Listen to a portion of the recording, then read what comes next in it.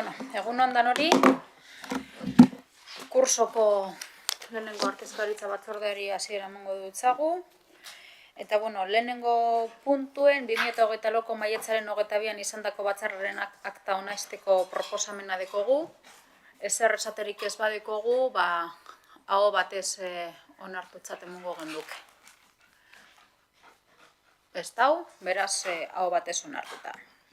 Hurrengo puntu izango litzateke 2024 urterako 2ko ordainsari igoera erabaki proposamena.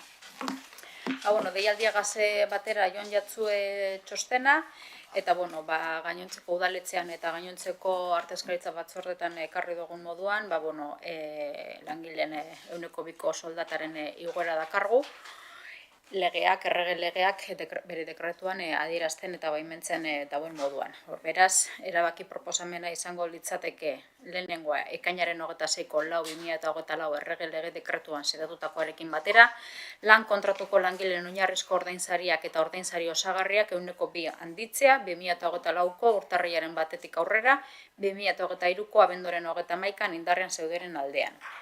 Bigarrena, lanpostuen zerrendaren aldaketa onestea, areagotze hau aplikatzeak dakartzan zenbatekoekin, balio berriak jasotzen dituzten taulak erantzi dira. Hirugarrena, presidentea gaitzea erabakiak betearazteko, eta laugarrena, akordioa Bizkaiko aldizkari ofizialean publikatzea. Beraz, ezer esaterik ez bageunko, bozkaketara pasatuko ginateke. Bozkaketara egingo dugu, aldeko botuak, Eusko Alderdi Jeltzale, Alderdi Sozialista, Alderdi Popularra eta Elkarrekin Podemos, kontrakorik badago, ez dago, abstentzioak, EH Bildu.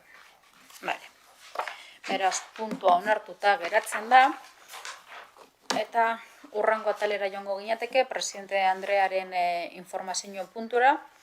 Lehenengo puntu moduan dekogu 2025ko kursoko matrikulazioak, hemen ekarri dutzu edaz, jakingo duzu, zenbaki batzu pasatuko dutzu edaz, baina honek zenbakiak ja aldatuta dagoz, izan dire, oraintze bertan esan duzte, ja guztiz aldatuta dagozala matrikulazio zenbakiak, badakizulako, normalean jendea matrikulatu egiten da, eta behin kurso hasita, agendak kuadratu egiten da bez ikasle guztiek, batzutan asko umeak dira, futbolagaz kointzidetzen dozte, ingleseko klaseakaz, katekesisagaz, danadalakoagaz, eta orduan, beti dagoz gora berak. Hemen pasatuko dutzu edaz bat alderdi bakotzeko,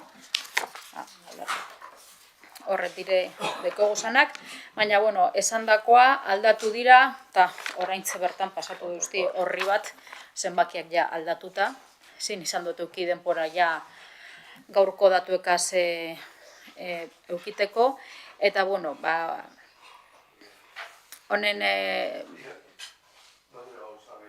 Ai, parkatu, nire beste datu batzuk. Hau da, nire beste bat.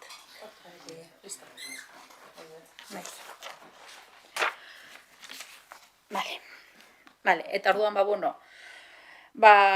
gaurko datuak izango dilitzateke, orotara bertoko musika tresnen mintegietan 106 matrikula dekoguz, horrek suposatzen da guztiaren 12%, datu gaurkoak emoten nabiltzu, horrek ja iranguita dagoz, taula barri hau pasatuko dutzuegu, ikusten duzu, ejemplo bizirik dagoan taula bat dela adierazgarria, ezta? Bertoko musika tresnen mintegia 12% suposatzen dau, ari musika tresnen mintegiek 27%, haize perkusio tresnen mintegia 26,13%, pianoa berabakarrik kasi eskolaren erena da, 28,5%, ahots teknika 2,6%, improvisazioa 2,37%, musikoterapia 1,35%, eta horrek dire 100-tan,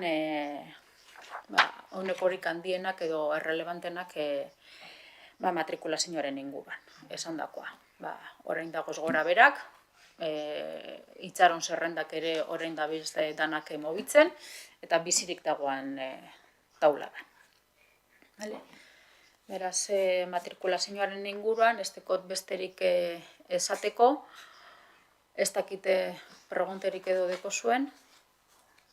Vale, bazpadago, urrango punture joango naz, urriko kontzertuak, deialdiagaz batera joan jatzu ez urriko kontzertu guztien zerrendatzua, eta aitatzekoa edo azpimarratzekoa izango litzateke batez ere urriaren 5ean Lieder Andres Isaziren kontzertua, eta zerbait dinot hau, hemen kontzertu honetan joko diren piezak, Andres Isaziko artxibotik, musika eskolak Andres Isasi kompositorearen artxibo guztia daukagu, eta kontzertu honetarako berreskuratu dira, ez diran pieza batzuk, itzelesko lana egon da, ze partitura asko harakatu dabez, batzuk inkluso eskuz egineko partitura, atxineko partiturak izan dira, eta getxoko musika ondareari bultzadatzu bat emoteko proiektu hau daukagu martxan, gure herriko konpositore handi baten lana herritarrei erakusteko. Eta orduan esandakoa, lan handia egin dau honetan egondan taldea, eta eskertzekoa, Vanessa Goikoetxea sopranok eta Ruben Fernandez Agirre pionejoleak eskainiko daben kontzertua gure konpositore handi baten lana maiganean jarriz. Maiganean, baino estenatokean jarriz. Beraz, horrek dire. Eta gero beste batzuk, adibidez, canciones de películas, hori izango da, pandemia sasoian, zintzilik eratu jakun kontzertu bat da, jakingo duzun moduan, pandemia sasoian konpromesu bat, firme bat hartu genduan, kantzeratutako kontzertu guztiak birprogramatuko zirela, eta musika eskolan hau geratzen zen zintzilik, eta orain arte ezin izan da egin, data arazoak gaitik, artisten eta eskolaren arteko agenda kontuak izan dira, eta azkenekoz ja, zorra haube kendual izango dugu, eta gizarteari erakutsi canciones de pelikula lan hau.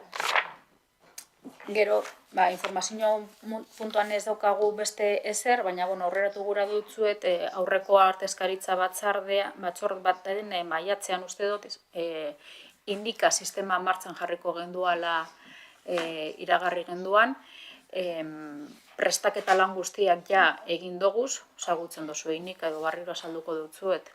Einika aplikazio bat da, eskola eta ikaslearen arteko harremana, komunikazioak eta dana horre geratu daiten eta hortik kudeatu alizateko. Eta, aurrekari barruko lan guztiak badagoz eginda, irakasleek eta eskolako langile guztiek aplikazio erabili beharko da bene persona guzti ikastaroa egin dabe, orain dagoz egokitzen ja lan egiteko erabarri honetara, eta laster segurantzean urrirako ja familiek ere eukiko dabe erabilgarri aplikazio hau, aplikazio hau erabilteko ikasle eta eskolaren arteko harreman metodo moderno baten bidez, hainbat eta hainbat eskolatan, ikastola eskola, erabiltzen den aplikazio bera. Vale, informazio. Bai, Javier. Se me había pasado. Lo que pasa que justo has pasado a lo de los conciertos de octubre y ya pues me parecía feo interrumpir. Volviendo al tema de la matriculación, curso 24-25, os habéis pasado, y yo entiendo que es una tabla dinámica en el sentido de que efectivamente por temas de agenda la gente pues cambia sus prioridades, ¿no? La pregunta es, ¿ha quedado gente fuera? ¿Han quedado matrículas que no se han podido atender? ¿Nos podéis contar un poco cómo ha quedado? Bai, izatez azaldu dut. Ahora mismo No está todo... Sí, es lo que comentó, que todas las listas de espera se están atendiendo ahora con todos los cambios que está habiendo, ¿no? Vale. Hay mucha gente que está diciendo, por ejemplo, tenía clase los martes a las 5 de la tarde, tenía ya hecha la prematrícula para los martes a las 5 de la tarde y resulta que los martes a las 5 de la tarde le han puesto otra actividad, entonces están cancelando y ahí se está moviendo toda la lista de espera. Y es lo que hemos dicho, que esta lista está viva durante todo el curso, ¿eh? Hay que tener en cuenta que está viva todo el curso. Estoy de acuerdo, pero evidentemente estará más viva estos ahora números mismo, ahora es el momento álgido. A lo largo del curso habrá cambios, no digo que no, pero yo creo que ahora, septiembre, octubre, es el momento más álgido de posibles cambios. Entonces, puedo entender que para el próximo Consejo Rector habrá otro tener algo mucho más concreto y saber si se han podido atender todas las demandas o no. Eso es, sí, sí. Vale, gracias. Vale. Bueno, besterik ez badago, galdezketara joango ginateke. Pregunte bat dekogu erregistraute EH Bilduren partez. Maiatzen lurraldeko batzordean Andres Isasin egingo diren obren inguruan galdetu genuenean esan zen eguten exekuzio proiektua udazirarako egongo zela amaituta. Hori dela eta hauek dira argitu nahi ditugun galderak. Proiektua amaituta badago zergatik ez diguzu aurkeztu eta amaituta ez badago zergatik atzeratu da.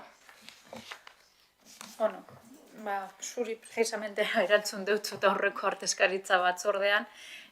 Bueno, Andres Isasi kasunetan bada, musika eskola bada Andres Isasi eraikinaren eraikina kudeatzen dauena, bere egunean eguna Andres Isasi musika eskolaren gain dago, baina obrak guk ez dugu egiten. Evidentemente, lehen azaldu da moduan, kulturetxeagaz batera, eskolak daukazan beharrizanak, zelan egin, eta dana delakoak lan horretan parte hartu dugu,